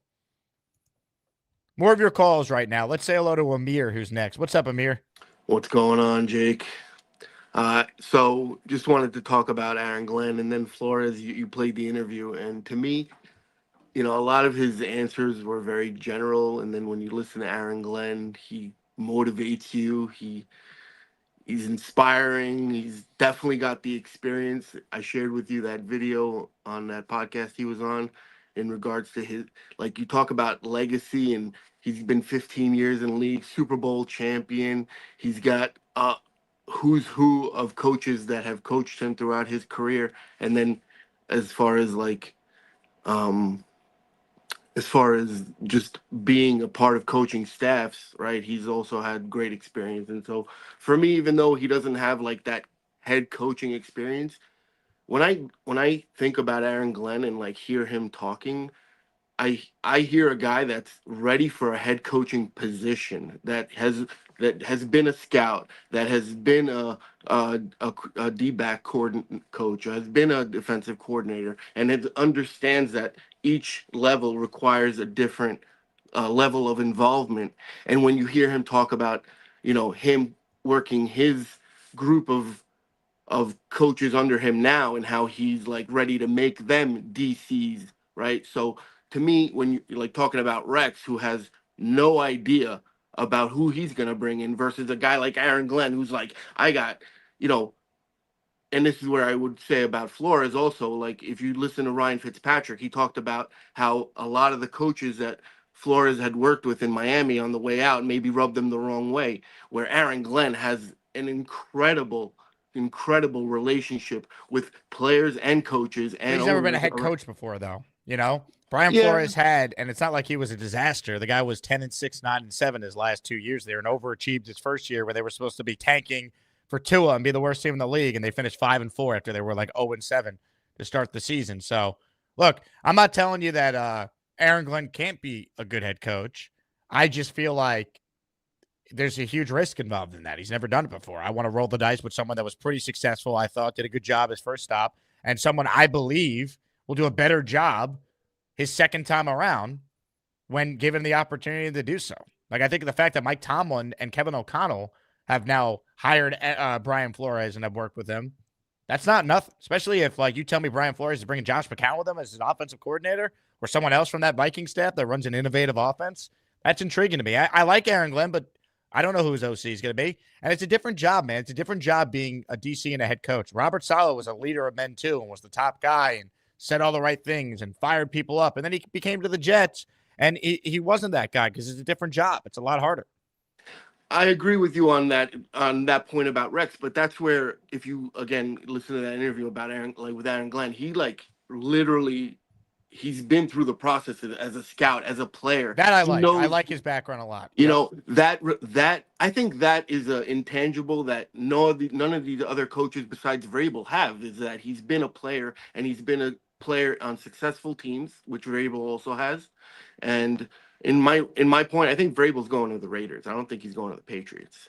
I actually prefer he goes there because then we don't have to deal with him in the division. Yeah. I think that in that division, you need a tough coach because you have Andy Reid. Well, you don't have a quarterback, so your only chance of competing is to get the coach right, like what Denver did with Sean Payton. Yes, exactly. So I love it. Sean writes in, Jake Asman's getting paid by. It's amazing. If I give any opinion, it's all Woody's paying me, which he should be for the amount of attention and well, I'm one of the few quote unquote positive voices out there. So, but no, the Jets don't pay me a dime, and no, I'm not being paid by Brian Flores either. You know what I'm being paid by? The Asmaniacs who support the show, and I give my opinions. You might not like it, Sean, but I promise you, no one's paying me to say I think Brian Flores would be my preferred choice if they can't get Mike Vrabel. I promise you that. I wish I was being paid. Please. Yeah, I think your point about Flores, he does bring in, hopefully he would bring in McCown with him. I don't know who he would choose as his GM, but again, like look at like Victor Green on X is like, yo, if you bring Aaron Glenn in, like you can bring me out of retirement. So even that like aspect of getting former Jet players like excited about Aaron Glenn coming to the Jets, like, they again that relationship. Amir, why are you in the garage? A lot of people are debating where exactly you are. I was doing my little work. Are you in the gym? Yeah, it's the garage. I love it. Is that a UFC hoodie on? Love it. Yes, sir. So, yeah. You've convinced Jay Quest. So there you go. Yeah. But that's where again, like it's listening to Flores, I feel like you have to listen to these coaches talk. And when I hear Vrabel talk in that famous interview where he tells the guy, like, bro, we're here to fucking win. Like, that's the coach I want. I don't see clips of Flores making like big, powerful statements to get me as a Jets fan. I want to be excited. I get it. We need. Does Sean McDermott make big, powerful statements, or does like Kevin that's not the only thing you could judge a coach by. Like Rex makes big, powerful statements too, but once the talent got worse around him, and he had a say in that, by the way, then he wasn't the same guy. With the bluster wears off. Like, all gas, no brakes. That was Salah's mantra, and then the Jets never played with that mantra at all. They played like all gas, no brakes was just all ass very quickly. I agree with you on Salah. And again, that intangible of Aaron Glenn being a former player and having a lot of success as a former player to say, no, this is how you fucking, and he brings up a point where he talks about like coaches that he's been under, whether it's even Belichick or, Parcells. It's like, he doesn't want to mimic those coaches because he's his own person, right? That's what he talks about. And that's what I want. I want a guy that's going to bring his personality into it. But I also want that guy that's got this incredible lineage of coaching along the way. And again, if it's Flores, great, because I know he's going to bring someone good with him and McCown for an OC. But when I hear Aaron Glenn talk, I think he's ready for that next step. And if any team should give it to him, it's the Jets. And like, we've been losing so many years, Jake. I know this is the time to win, but could you imagine like you bring a guy like Aaron Glenn in and you have a guy like Sauce Gardner as a part of the Jets to learn from him now you take Sauce Gardner and you elevate him from a leader to like just a pivot point on the Jets defense, right? Like this is something that, again, I don't see Flores, making the players like incredible. Like Glenn took how many players that were no names because of the amount of injuries they had this year. It's a different job though, man. I mean, he might be great. There's a risk in there. Flores has done it before as a head coach, and now he's had chances to see Mike Tomlin run a program, Kevin O'Connell run a program. I'm not anti-Aaron Glenn. I just like Flores more. I think Aaron Glenn's going to end up getting the job anyway, so I feel like it's all for naught. So jump on board, Jake. What are you doing? I will. I will. If they hire Aaron Glenn, what do you think? I want this team to be dog shit? No, but I want to win, man. If they hire Aaron Glenn, I'm going to root for him. I just would prefer someone with experience. But the Jets don't ever listen to me. If they did, the playoff drought wouldn't be 14 years. That's the other thing. You're just saying things because you want to be on the good graces with the Jets. Have you heard me criticize Joe Douglas and everything? Like, no, man, I want to win. I don't care. I want to win. And if they hire Aaron Glenn, I'm going to be rooting for him. I promise you that. Well, I appreciate you giving me the time, Jake.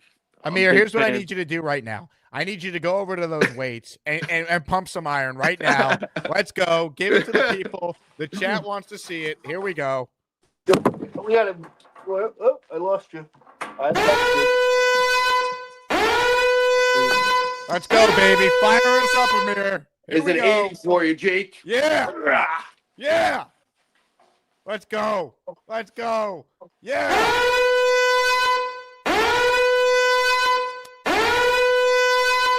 Thinking is overrated. Amir, excellent job. Great call. Let's go. Pump an 80. Beastbreaker writes in, I'm calm now. Let's whip some ass. Ladies and gentlemen, it's time. to once again unleash the beast. Holy crap, here comes Beastbreaker 666. Why don't you get your fat ass on a treadmill and go the distance with me? Is that Bobby Midnight? I'm not into politics, and I already told you that. I might be big, but I'm going to be bad enough to put you out. Beastbreaker always has some salient points. What's up, Beast? What are we eating? Breakfast on a good day. A good steak, a good pop egg, some potatoes, and some good old-fashioned eggs with a little hot sauce. Now, we're going to make some points loud and clear about our boys. Rex made a goddamn good point about our boys. No more pissing around and shitting around. We're going to get serious. $10 billion. This is what we're going to do. In February, you want a point about that Senior Bowl? We need to get our heads over there and go do our job. Peter Castro, don't trap me, because I'm going to punch your lights out if you can get into my skin. Back to business. On behalf of the Jake Asman Show, we apologize for the foul language. Beast, your internet was bad again, man. Something happened there. We couldn't hear you. All I heard was Peter Castro and something about punching him. Joe Mike, did Beastbreaker take JJ's phone? It's possible. Beast, give us a call back. We'll get you back on. You make some salient points as always. A couple super chats here. V-Man checks in. Thoughts on Glenn snubbing the Pats? I won't lie. I did enjoy Aaron Glenn being like, I'm not being your token black guy interview to make it seem like you ran a real process. So I like that. Bo writes, in my apologies, Jake, my comment on the Rooney Rule is addressing some of the comments in the chat. Vrabel is not locked in New England. Keep options open. Until Mike Vrabel is not the Jet coach, I still hold out hope. That's how I look at it. Scott says, Woody, pay Jake, not Clemens. They should be paying me. I think I add more to the Jets than Michael Clemens does. I agree. Anyway. Ladies and gentlemen, J-Quest is now defending Beastbreaker against Peter Castro. Peter, get off his ass. He's a Jet fan like the rest of us. I'm telling you, the chat is divided on Beast. Beast has wrote in, I'm ready, Jake. Well, Beast, let's hope the internet will work this time. Ladies and gentlemen, the return of Beastbreaker. Holy crap, here comes Beastbreaker 666. Why don't you get your fat ass on a treadmill and go the distance with me? Is that Bobby Midnight? I'm not into politics, and I already told you that. I might be big, but I'm going to be bad enough to put you out. Beastbreaker always has some salient points. Here we go. Here we go. Come on, boy. Come on, boy. Hey. Beast, how are you? So, I'm going to tell you this right now. Oh, to that jerk off who talked about me, hey, you want to get slapped? Because I swear to God, I will do it like Tony Soprano and little Paulie Walnuts with Christopher. Don't get me started. This is Friday, a great day to enjoy life. Now, to all you crybabies out here who hate my guts, get goddamn used to it, because you know what? We need real men. See, I'm a real man. I got balls of steel. Unlike you boys, you need all to go back to school, get your balls reevaluated, and learn to listen. And when I talk, I speak passion with way here from the goddamn heart. Unlike you guys, you only have 50% of it, but the other 50% is too slow. This ain't grammar school. This ain't high school. This is reality. Now either grow a set of balls and get your head out of your asses and learn the goddamn listen. When I speak, you listen. That means get a Q-tip, clean the goddamn ears once in a while. You ever do it every 3 days a week? It's all go get the rubbing alcohol. Rub it on there. Ding, ding, ding, ding, ding. 1, 2, 3. Done. Is it difficult? No. It is called simple, common, damn sense. Tiff, I like you, sweetheart, but unfortunately, you're giving me a headache. Now, don't get me started, okay? Let's have a little fun. Weekend plans. Well, Knicks basketball's around the corner. Jake made a good point about tonight's game at the Garden. We're going to get a little revenge, aren't we? Are we? Oh, yes, we will. New York Knicks will get back on their feet. We're going to get back up, and we're not going to sit down. We're not going to shut up. We're going to stick it in your face. Hey, Scott Foster, do you want to go down with me and get in the ring with me? I'll kick your teeth down your throat, you little bastard. Now, get out of here. Go do your job and do everything else. Go eat a bowl of cereal, you moron. Hey, drugs? Do I look like I do drugs, you little idiot? You want to try with me, Sonny? I know you don't know this. You don't know me. I'll take you out of here. Peter Castro, I'll drop you like Jake Roberts, DDT, 1, 2, 3. Game over. You lose. Idiot. And no, I'm not testicle head, you little schmuck. I'm going to tell you right here, you little peckhead, or you little spook. You want to play hardball with me, you're going to get your ass knocked out by me. Is that clear? Dave Brigger, the big jerk. I got news for you, you little melon ball. I'm going to roll you up like a fatty and smoke you like a goddamn bowl of wheat, so don't even get under my skin. Shut your mouth when I talk to you, and you better learn to listen. Let me just say, just because I was in Brooklyn, I was in Jersey, so shut your freaking pie hole and get off your dead ass and go hit the weights, you monkey. Beef for brains? Hey, I eat beef, thank you very much. Let me just say this for all you guys. Hey, if you don't like what you see, change the damn channel. That's what you can do. Change the channel. Get used to it. It's called We're Gonna Get Tough, We're Gonna Get Smart, and we're not gonna sit around on our dead asses anymore. Our boys are gonna listen and listen goddamn wisely. This is an order, and I mean an order. No more fooling around. No more sitting on your ass. No more playing games. You're either gonna, when you get here, you're not gonna get a paycheck that easy. You're gonna work for your goddamn paycheck. Is that goddamn understood? And when we get Vrabel and Rex and Carol and Aaron, game over. We're gonna work. We're gonna work as a team. And is that goddamn understood? Jake, do I make myself clear? Absolutely. We're not going to sit on our ass and get a paycheck just doing that. No, we're not going to do it like that. We're going to work for our paychecks. You work for your paycheck, I do my part like everybody else. And if anyone doesn't like it, kiss my ass, because I'm not going to listen to such prehistoric cheap shot bullshit. Because let me just say this for everybody. I read the New York Post every freaking day. I get my updates every single day. And Captain Underpants? Really? Purple Belt Mike? I'm gonna tell you again. I'm gonna give you a thrust kick right to the goddamn chops if you keep pissing me off, you little monkey.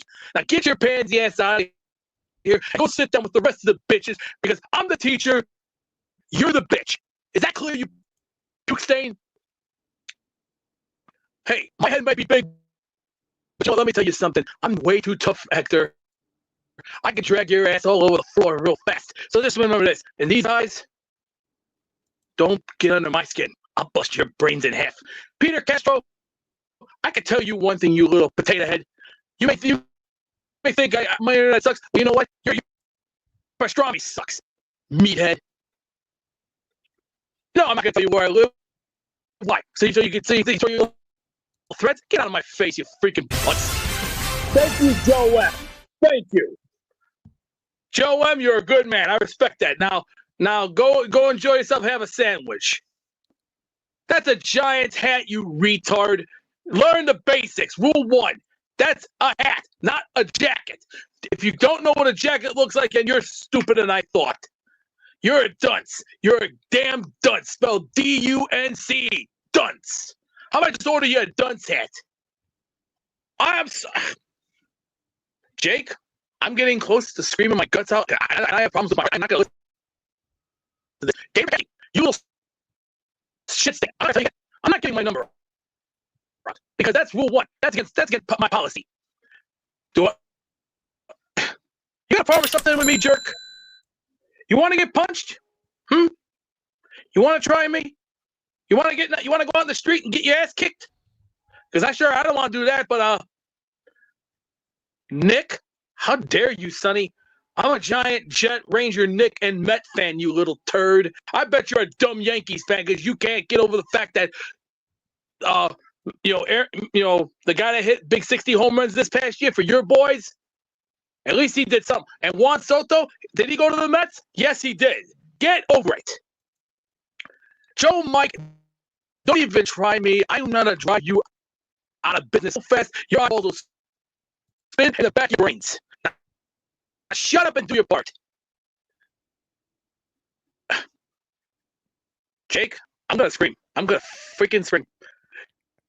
Gator McCluskey, I'm going to tell you right now, you dirty little cowboy.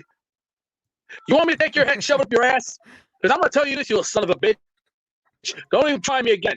I'm here to talk business. Now, I'm sorry, I'm tampon Tim, Jerry, Jesus. You want to talk to tampon Tim? Go suck his ass dry if you can't do it. Now get out of my face. I'm retired, thank you very much. I've done my job. Don't tempt me. Do not tempt me. Is that clear? I make my piece loud and clear for the whole world. And I'm going to say it right now for everybody. And there's a man right now who I hate. And it's Bobby Beasley. He's a low-life Lion Jets fan. He's a fake. He's in Green Bay fighting like a little chicken shit, just like all the down here. But there are a few fans there that I like. There's a few jerks that got no heart for this business because not good enough. I don't have standards like I do. I have standards. I have a 3.2 GPA. I 240. I went to an Ivy League college. So Edie, you shut your pie hole. But if you can't do it, here, get your big ass up in the back of the line. Get the hell out of my sight. No strimmer? Really? You want to try me? What about Mike? You want to try me? You want to get ass driven into the ground? This kid, I can knock your teeth out, and I'll knock your ass right out. Don't F me. Don't even try. So, I'm going to tell you this right here. This is facts here. I've done time in Boston, New York City, New Jersey, Philadelphia, and Allentown, PA. And Peter Castro, I'm your daddy, bitch. Now sit your stupid ass down and learn to listen. If you can't do that, then get the hell out of my face. Gia, don't worry about my lips, honey. You're already cute, but unfortunately, don't worry about me. I'm tough. I'm a savage. I play hard by the rules. This is what I do for a living, sweetheart. And Gator, don't try me. Don't even try me. I'm a savage. And I'll break you in half. And if you even try me, I'll destroy you. Phil, if you're Phil Mushnick, I'll take you out. One swing, one punch. Don't try me. Don't even tempt me. Mighty Buffoon, really? Really? Kid. 31 world championships under my goddamn belt, 2 Grand Slams, several triple crowns, you back-to-back titles. I've done my job. What the hell do you think you're talking to, you little shit? Now shut your pie hole, go in the back line like everybody else and wait your turn to get called. Now shut up. Dee, I'm not on over, little baby. I'm on fire. See, I'm done shooting like Michael Jordan and Shaquille O'Neal. Just remember this. You're on my battlefield, and when you fight, you better fight, because I'll knock you out. I don't know about that, Jack. I have to know the girl first. Okay, first come, first serve. Rule 1: get to know the girl before you do anything stupid. Okay, think first. Use your goddamn head. And no, I don't watch WWE. I watch WWF, ECW, New Japan, All Japan. I watch the good stuff. Yeah. You handle that, then get in the back of the goddamn line. Do us all favor, and shut up. I love you, man. And also, is Bobby feeling good? Is he feeling all right? Haven't heard from Bobby yet. I'm not sure. Oh, Jesus. But I'm going to give him a good quote. I'm going to give him this. 5 for 5 at BK. Time to get some Whoppers now at BK. Have your way. You rule. You rule. Yeah. There you go. Hey. For you, Bobby, I hope you get this soon, kid. Hey. And if you ever get the job at Burger King, I'll be the first one to come up there and say, hey, large fry, Whopper. This is how I want it. No tomato, no ketchup, and no pickle. When you do the sides, toast those buns, both top and bottom, little mayo on both top and bottom, lettuce on the top, cheese, and a nice burger. Make it nice and good. Funnel butt, Gator, you want to go to this with me, Sonny? I could take you out like a Apollo Creed and just tell you, hey, get your cameras ready. Get your cameras ready. Here it comes. One, two, come here, son. I told you, kick your ass now. Come on. Show, we apologize for the foul language. Beast, you were making a lot of good points, but the internet was getting worse as the call went on, unfortunately. Appreciate it. Ladies and gentlemen, the great Beast Breaker. Let's see. A lot of super chats coming in during the Beast call there. Let's get to more of your calls right now. Say hello to Philly Noodles, who's next. Hey, Philly. Yo, why is it the angrier he gets, the worse his internet gets? Yeah, I don't know. As soon as he gets angry, the internet. I wanted to ask him, what is he? How does he represent the real people of Japan? I need to know. Is he a mayor? Is he like what? Did he get like some type of decree from being in Japan when he was with ECW? You know, I need to know. Hey, Beast, how do you represent the people of Japan? We need to get our heads over there and go do our job. Are we studying the tape? Hold on. Don't trap me. Stand by here. I'm Hey, gonna push your Beast. lights out if we can get my skin. Here we go. Business. On behalf of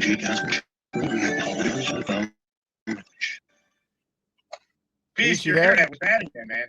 Something happened there. We couldn't hear you. All I heard was Peter Castro. Beast? Here comes Beastmaker. 666. I'm guessing he's calling from his phone and he's watching the show on a laptop. Beast? Well, you got to respect the guy that cares about film study. Yo, with that, I'm just trying to finish breakfast and calm down. It's just I'm going through a lot right now, and I'm trying to cool off. It's just people piss me off on here. And if you don't like what you see, hey, I'm gonna tell you right here, change the goddamn channel if you don't like it. Used to it. Beast, we got to get You you know, some like better these, you know- internet. Hold on. Let's not start crying. Call Here. in from the All right, laptop. there you Call in from a I have- laptop. Can you hear me clear? It just gets very choppy when you start yelling. I'm not sure. Let me just say this for everybody right here. I've been on some ground points because I'm a 27-year Jet guy. I've been around this organization almost 27 years, since 1998. So show some respect. You don't like it here, get out of here. It's goddamn simple, plain English. You know, like a freaking deal. You think it's funny to you? Beast, the internet. It's tough. As soon as he got mad again, he had to explain his anger, and then boom, there goes the internet. Yeah, well, look, he'll study the film, and then eventually, we'll get the Wi-Fi choppiness thing figured out at some point. Yeah, we'll figure out how he represents the real people of Japan. I need to know. Jay says he ate the router. Beast, if you ate the router, that is not a good idea. You're gonna, one, God bless your toilet, but two, that's not gonna help you get better Wi-Fi. No, he would be walking internet if he ate the router. It would be full service. Yeah, I don't know if it works that way, but not a bad thought. Yeah. So about the Amir's call, Aaron Glenn being a Super Bowl champion, I get it. His pedigree as a player for sure is legit. Brian Flores has been a part of New England staff since 2003 when he was there as a 23-year-old. He literally developed into their winning ways. So I don't understand. And he was a scout for 3 to 4 years. So where's this? He was a Super Bowl champion coming from. Where did Aaron Glenn win a Super Bowl? He didn't. Oh, he did. Yeah, excuse me. I just don't understand it. Brian Flores, I get the rap, what happened in Miami, but it's got to get it's got to be something in the past. If we're going to hold people to everything, we would hold Rex to what happened in Buffalo and what happened with the Jets, right? You would hold everybody accountable to everything they did. Ron Rivera is a lingering loss. He's just lost for seasons in a row. So, to me, if you're just gonna be Jet biased and say Aaron Glenn because he was an ex-Jet, that's one thing because we're Jets fans. But you got to look past that. I think Flores, and then if you're gonna look past Flores and you want offensive, then you might want to look at Nagy. Nagy's not a terrible option neither. It's I don't know, but the Flores not experienced enough doesn't make sense to me whatsoever. He's got a giant resume. He's got a long resume as working in staff in football. So it makes no sense. I'd rather Flores before Glenn, but give me Glenn before Rivera, before McCown, before a lot of stuff. I'll probably still take Nagy maybe before Glenn. Maybe I wouldn't. Maybe. To me, it feels like Andy Reid really, helped him out. You know what I mean? Andy Reid disciples, I just not many of them. So I don't know. But I take Flores still before Glenn as of right now. Vrabel, Flores, Glenn. Appreciate it, Philly. Good call. Some breaking news here. Deshaun Watson ruptured his Achilles again. He had another surgery yesterday to repair it. So less than 3 months after he tore his Achilles the first time, it happened again. By the way, that was always the concern with Rodgers potentially coming back last year, right? That it would happen again. So thankfully we got through that. But He tore his right Achilles tendon October 20th, marking the second straight year his season ended with an injury. Now he might not play at all in 2025. So the Browns are definitely taking a quarterback, 1 or 2 in the draft. I mean, let's call it for what it is. They probably were anyway, but now for sure. That's one of the worst trades in NFL history. Probably the worst, if you think about it. They gave up 3 first-round picks. They're stuck with the contract. It's the first ever fully guaranteed contract in NFL history. It was the highest contract of all time at the time he signed it. And Deshaun Watson has not been good since 2020. He sucked when he came off the suspension in 22. He sucked last year. He sucked this year. That's the worst trade of all time, clearly. And I was in Houston when Deshaun was Deshaun, when he was a top 5 quarterback in the league. Crazy. He has me blocked on Twitter, so everyone tell Deshaun, I say, get better soon, pal. The Jets are interviewing Maryland head coach Mike Locksley. Mike Locksley is black, so he fulfills the Rooney Rule, assuming they did this in person, which it looks like they are. Former Bama OC, current Maryland head coach. I mean, look, I don't think he'll have any chance of getting the job, but they are now Rooney Rule compliant with the coach. Hey, Mike Vrabel, who do you want?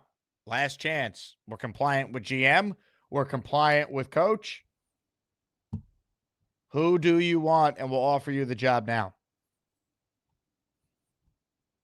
I mean, this has got to be the most random name. I mean, you could have asked anyone out there to throw out like a wild surprise candidate. I don't know if anyone would have told you the coach from Maryland would get an interview. I'd have to dig into his background to see if there's a connection to Spielman or Tannenbaum, where that came from, but I don't know.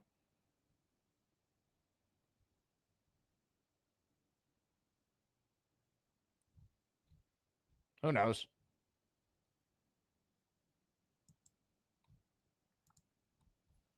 A couple more calls before we wrap. Ricky's next. What's up, Ricky? Hey, how's it going, Jake? Love the fact that Aaron Glenn would not even interview with the Patriots. I'm glad to see that more people are starting to get on board with that, and I'm glad that people are actually, watching some of the clips of him coaching in Detroit. Because, yeah, I mean, obviously, it's nice the fact that he's a former Jet, but the fact that he is a former player for the team has absolutely, I won't say it has absolutely nothing to do with why I want him for the coach, because if he hadn't been a former player, I probably wouldn't have looked into it as much as I did. But that's not why I want him at all. And Jake, I just got to say that I also reviewed the tape, and I got to call him out.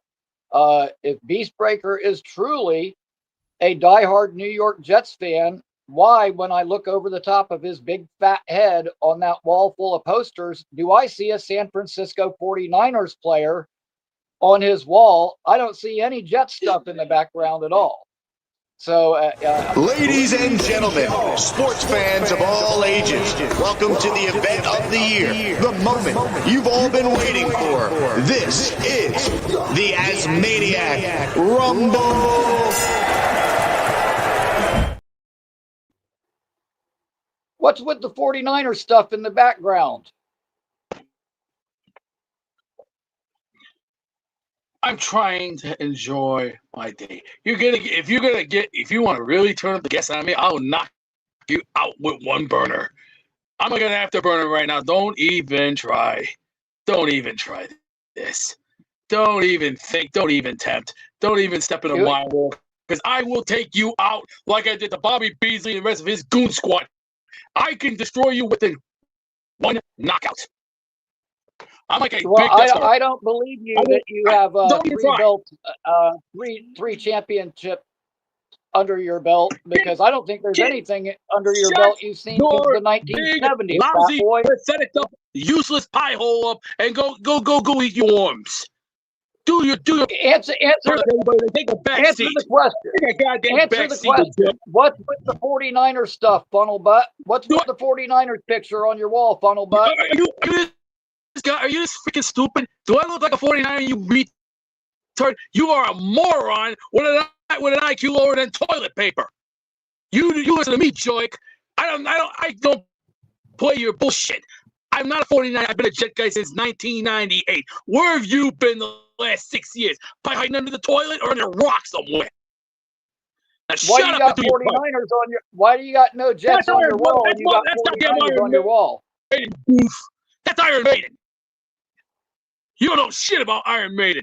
You don't know shit about Judas Priest or Motorhead. Yeah, I wish you tried, but unfortunately, you don't got it. You have no heart. You got no charisma. Take your ass to the back of the line. Here's your meal ticket. Now go do your part like everybody else and get back in line. I'm tired of this shit with baby people who bitch, whine, and piss about me. Hey, screw you. You're not even worth the same ballpark as me. You couldn't carry my jock, my boots, or my bags. You couldn't do anything because you don't have the heart for this damn, shit. You little joke. Now take a walk and get out of my sight. All you're doing is making me angry. Let me tell you something, You Yeast got no Breaker, respect. Get out or of as here. the ladies call you, Yeast Maker. I was just on the You got a Pantera problem tour with that, Jack? last year. I did the Motley You Crue got a tour problem the year with that, before that. I was in the metal industry when you were still a big fat dyslexic sperm trying to impregnate somebody. Hey, You jerk got off. you Let me got give you a nothing little. for Let me, me give big you a little boy. history lesson, Sonny boy. I seen Metallica in 2000. I seen Demi Borger and Slayer. I've seen some of the best bands in the world. I have 3 of the top battle jackets from all across the globe. I've met the best ones. So who the hell do you think you're talking to? You think you're talking to some young 16-year-old punk? I don't think so. You're talking to the goddamn machine. I am the 666. You are just some troll.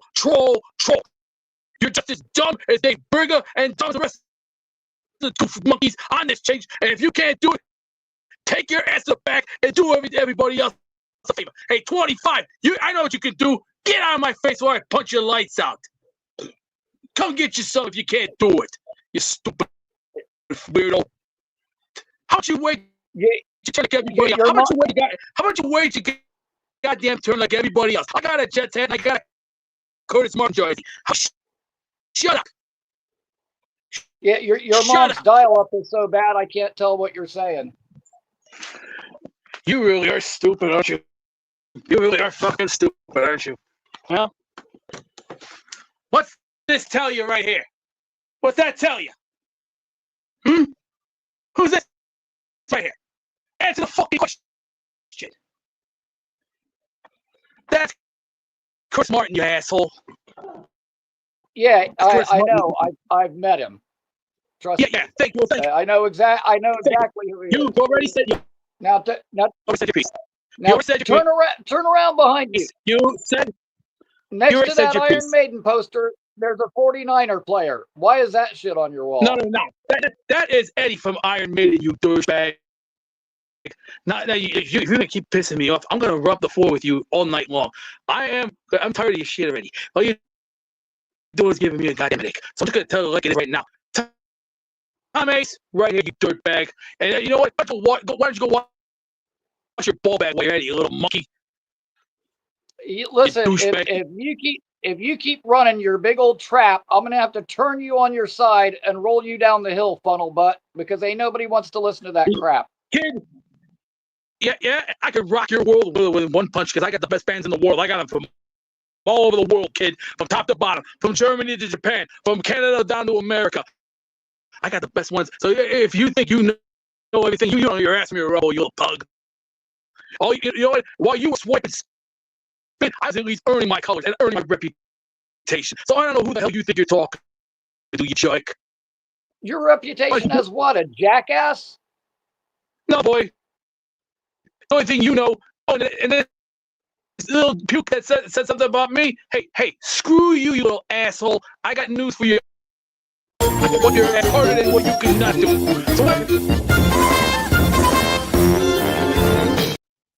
Man, Ricky just wanted all the smoke, and Beast Breaker brought it. Good rumble, gentlemen. More of your calls before we wrap. Ladies and gentlemen, we say hello to the great, and I mean this when I say it, the great V-Man. It's time for another V-Man call. Hopefully he no sleeping. Adios mio. Hey, Jake, what's up? Hello, V-Man. How are you? I'm doing good. You know, I gotta say, obviously, Oh, God. You got Peacebreaker internet today, V-Man? Yep. Yep, you do.